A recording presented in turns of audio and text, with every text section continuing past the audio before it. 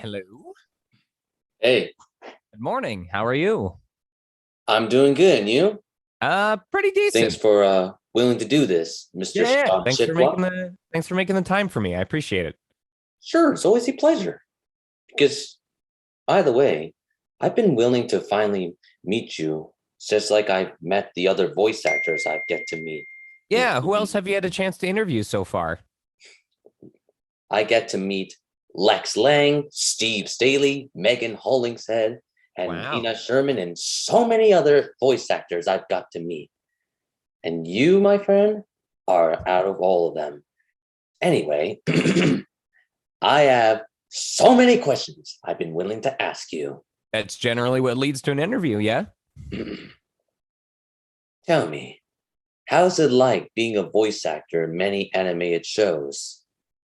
It's incredibly stressful. It's got a whole bunch of different emotions, both positive and negative. It's stressful in that it's constantly ongoing, that there's never any sense of stability because I have to always be auditioning for new things. I have to be making sure that I stay on top of trends. It's stressful because, just as a natural course of aging, our voice will change over time. And so we have to make sure we maintain that and we understand like what kinds of roles we can still do, what kinds of roles we may have access to. Um, for me, it's exhilarating. A voiceover is incredibly, I don't want to call it random or sporadic, but it's very unpredictable. The challenges that we are faced with can be different day by day or week by week. And for some people, that can be really exhausting because some people do really well with being able to do the same task over and over and over again, which I would consider to be the case for a lot of office jobs. But for me, if I'm doing the same thing nonstop and it's not something that I'm invested in, I get really tired. I start to fall asleep.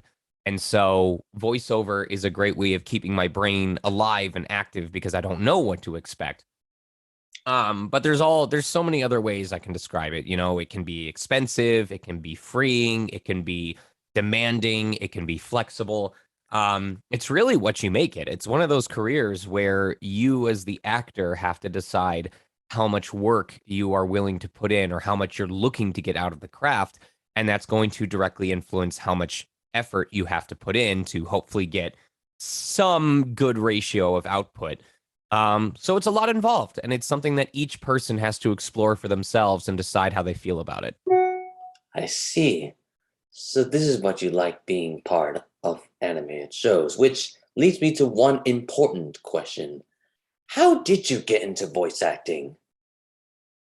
Um, for me, it was based on boredom. I used to be very much a night owl who would stay up really late and do daily stuff on MapleStory or Neopets. Um, And there was an evening where I managed to stay up late enough that I was getting advertised because Adult Swim would always be playing in the background. I'd listen to anime in the background. Excuse me. And I ended up visiting their website and came across this behind the scenes video of an actor, Troy Baker, who's much more well known for video games at this point, recording for his character Abel Nightroad in an anime called Trinity Blood. And it was the first time that I had ever seen an actor speaking at the same time that the character's lips were moving in the anime scene that was being dubbed. And so when I saw that happen and I finally like understood what voiceover was in the first place, that it was this thing that people actually did for a living, I just felt this immense desire to want to be a part of it, no matter what it took.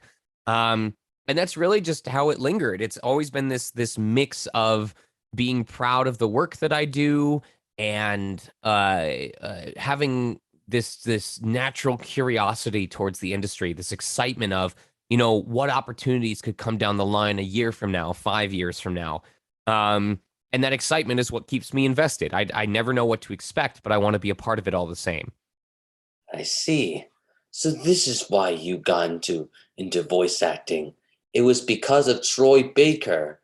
He's the one who Definitely, he definitely helped, but I would say I probably wouldn't have invested myself in much in the career if there wasn't that natural desire that like, oh, he's introduced me to this craft, but it is my own goal to be part of this that's making me take part. I see. This is what makes you get good at this. Which leads me to a question, but why do you like being part of many anime and animated shows? What is the purpose of that? Well, like I said, it's always a different challenge. On the one hand, it's a chance to step into the shoes of characters that, either do things or are things that wouldn't be possible in real life otherwise. And for me, I think it's just really fun to be able to, instead of just daydreaming in real life about what if or like letting the imagination run wild, um, to be able to step into the booth and make it real and get paid for the privilege of making it real. But also because every experience is a different one. There are characters with similar personalities, but they may not have the same end goal. They may not have the same situation that they're dealing with. Um, for me, someone who has a very fairly consistent life routine, it's part of how I keep my brain young is going into the booth and having to experience all of these different scenarios to portray all of these different characters and these different attitudes. It's part of what keeps it fun is that I never know what the next opportunity is going to ask me to do. If I think to my early career, there was one day where I was a hall monitor trying to help kids solve murders. There was another day where I was a murderous psychopath, trying to take over a region. There was another day where, I'm a skilled archer who has every reason to be proud of what he does, but looks down on someone he doesn't trust. There's so many different things to explore, and it just gives me something to look forward to day in and day out. I see. So this is why you like to do this. Was because of the experiences that you had in mind. Isn't that correct? I You know, mean, I may have an idea of what I expect the character to be like when I go in to record, but we don't usually get a lot of info ahead of time. Maybe in terms of anime, we might get the script ahead of time, and obviously, if it's something that's being dubbed and it's not being dubbed at the same time as the Japanese, we may have time to go watch the episode. But oftentimes, I only learn about things when I'm already in the studio about to record, and so part of that skill set that we need to have as actors is the ability to make decisions on the fly based on information we get with only minutes, sometimes seconds to spare. I see. So this is what's like being part of animated stuff. Which, speaking of characters, of course, Mhm. I have many questions about your characters that I've known about. But Okay. about the one character I know of, because I played video games a lot, but in the game Marvel's Spider-Man, well, I meant Marvel's Avengers. Mm. What is it that you like about playing Spider-Man? Well, he actually really made me nervous at first because obviously Spider-Man has this very storied legacy, both in terms of the projects he's been a part of and the many, many incredible actors that have portrayed him. In fact, when I first went in to record for him, I was kind of scared. I was like, how can I measure up to this? How can I match the quality that these other actors have brought? Um, and one of the big first steps to overcoming that hurdle was recognizing that I could use that nervousness to my advantage. I could take that sense of, do I belong here? Am I out of my element? And I realized that was probably directly how Peter Parker felt in Marvel's Avengers when he was trying to be a part of the Avengers and wondering, do I belong here? All these other people are much more confident. They have much more um, successful legacies than I do. Am I out of my element? And that's kind of what helped me connect to the character. So it was a difficult process. It was a collaborative process of working with my director and working with the script and just trusting myself that I was enough. But I think at the end of the day, I'm grateful that I had that experience because I don't know if I would have had an easier time understanding Spider-Man's motivations, understanding his attitude, understanding his emotional state. And the further we went along in that project, the more that I keyed into this and trusted my instincts. I think the performance got better overall because of it. I see. So that was the thing about playing Spider-Man. Because I gotta tell you, I played the game Marvel's Avengers, and I Hmm. gotta say, you make a very excellent Spider-Man, Thank you. along with so many great voice actors who voices him in years, Yep. including Josh Keaton, Yori Lowenthal, Yep. even Johnny Young Bosch even got to play him once. Oh yeah. Is that I think I'll have to look that up. I think you're right, but yeah, I forgot about that. Don't worry, I already knew because I searched up his voices, That because I turned generally out, helps, yeah. yeah. But anyway, what was the biggest thing when you played Noob Saibot in Mortal Kombat 11? Learning how to maintain my voice after doing that voice, because just being able to make that sound in the first place involves pushing the voice down into your throat and then tightening your throat so that it causes this like gravelly demonic rasp. But doing that dries your throat out super quick because of just the friction, the vibration, the amount of air coming out of your lungs constantly. Um, None of those sessions were ever longer than 2 hours because of health restrictions. But in those 2 hours, I would usually go through about anywhere between 6 to 8 bottles of water. Plus, I would bring like a 64-ounce growler with me. You can tell it's about as big as my head. And I would go through like 2 or 3 of these before I left the studio. Um, and all of that hydration was just to minimize the damage that was done to my throat. Even if I stayed hydrated throughout the entire session, I would still need to take the rest of that day off, possibly take a vocal rest day the day after, just because doing that nonstop for 2 hours, it wears you out. It makes your throat super tired. It's a muscle just like any other part of your body. So if you do an extensive workout routine at the gym, your whole body's going to be sore. It's going to be tired, and the same is true for your throat as well. So that was the big thing with him, was knowing how to pace myself, knowing how to take breaks, and knowing when I had hit my limit for the day so that I didn't end up overextending myself and causing long-term damage. I see. So this is what's most about playing Noob Saibot, because what I can tell, I actually played the game Mortal Kombat 11, and I've Mhm. gotta say, your voice was so much awesome, especially when you got to encounter Steve Bloom and Ron Yeon in Right? battle, and you battled with Steve Bloom himself, aka It's pretty Sub-Zero. freaky because I remember when I was just another fan and I would hear Steve Bloom in anime and video games. So to now be a colleague, like sharing projects with him, is definitely it's a full circle moment. I see. Which, speaking of about Steve Bloom being a part of another project, but what was it? How was it like playing Demon in the Bug in Demon Slayer? So he's a good example of a vocal challenge because when you have a character who has different forms, if those forms have different voices or they have different ways of expressing their voice, you have to be able to showcase that those differences without them all sounding the same. I mean, sometimes you can get away with just doing the same voice for all three, but I'm someone who likes to try and make the characters distinct so that if they're not directly on screen when they're speaking, you still know who it is that's saying the line. Um, and it was interesting for me because, Demon in the Bog had three different forms. One of them was kind of the sinister and like very calculating version. You had the version that was just always yelling all the time. It was very vocally intense. Um, and then, of course, you had the version that never actually said any dialogue at all. The only thing that they would do is, grind their teeth together. But you can't really, if you just grind your teeth, like literally just physically grind your teeth, that doesn't make noise that a mic can pick up really easily. So that's not going to work. So you have to exaggerate and kind of do that, like make that noise with your mouth manually. But if you do it too roughly or if you do it incorrectly, it's going to just sound like you're gargling like mouthwash or something like that. So it was interesting figuring out how to do that for 15, 20, 30, 45 seconds straight without overextending yourself and making it sound weird. It's not something a lot of actors have to deal with. So I'm proud of what I accomplished for that character. I it's unfortunate that he was a villain of the week, so he doesn't really show up anymore outside of when he was slayed by the demon or slain by the demon slayer.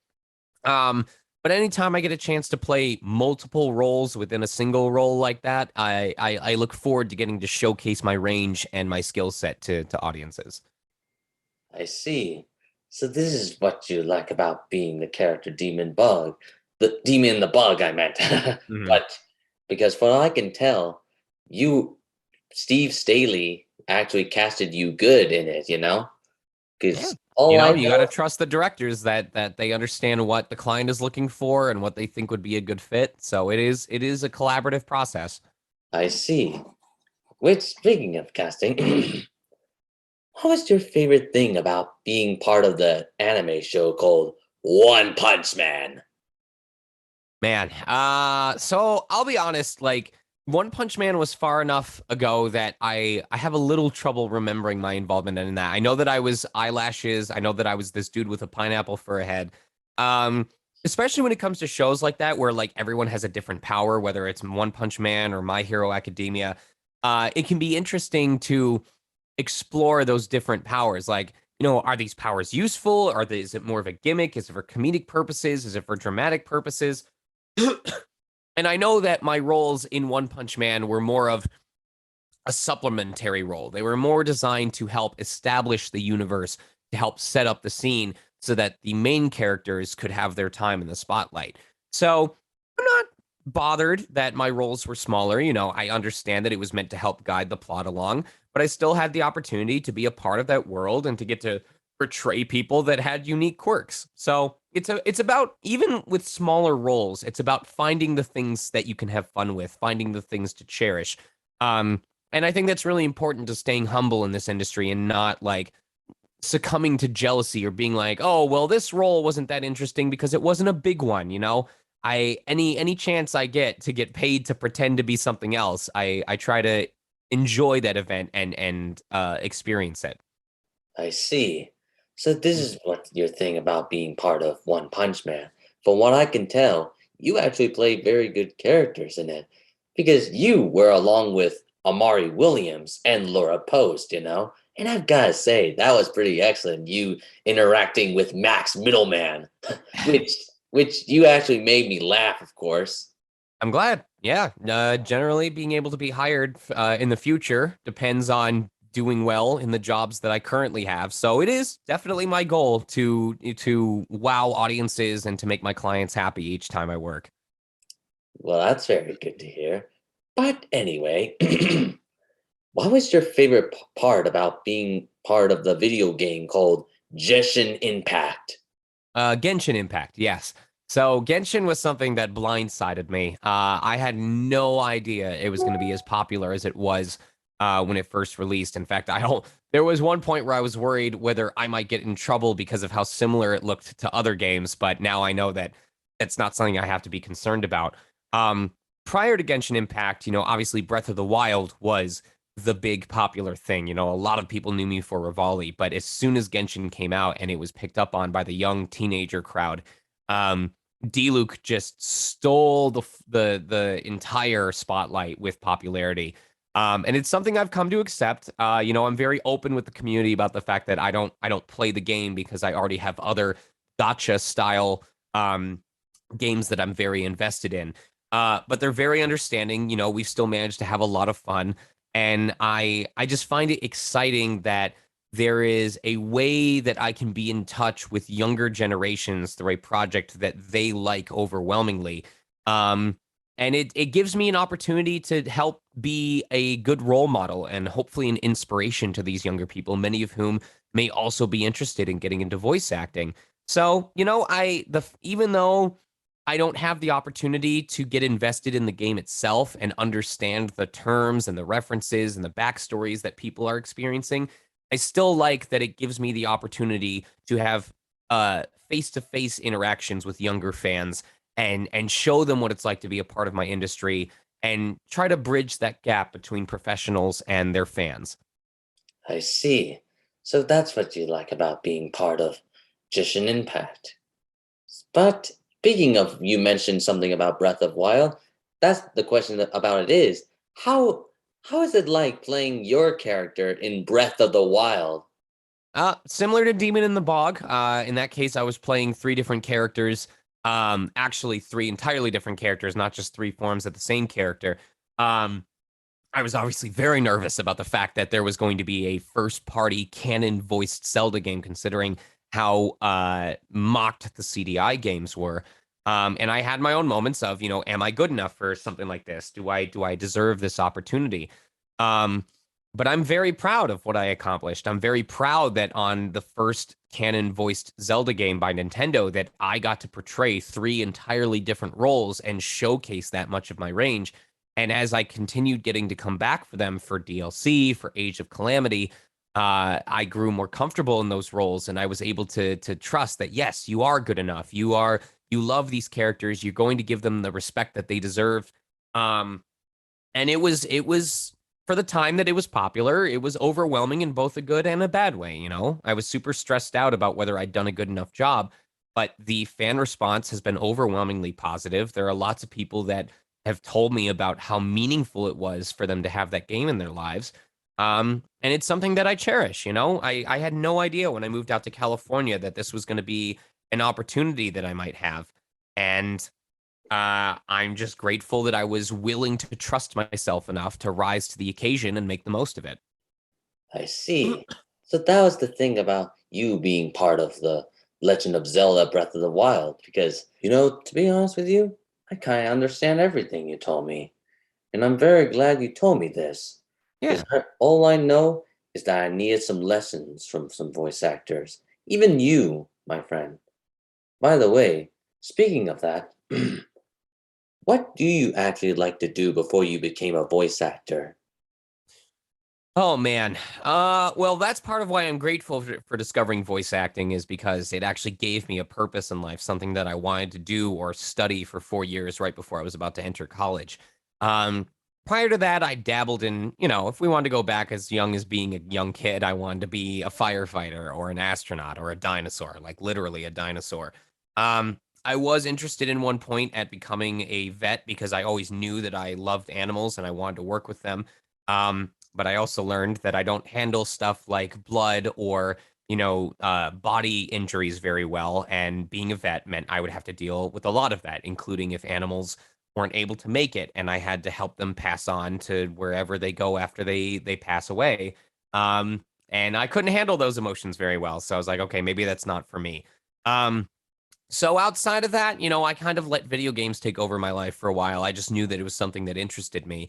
And because I had such a long period of my life where I wasn't committed to any particular career choice, that is why I am so grateful that voice acting showed up and gave me something that I was genuinely interested in. I see.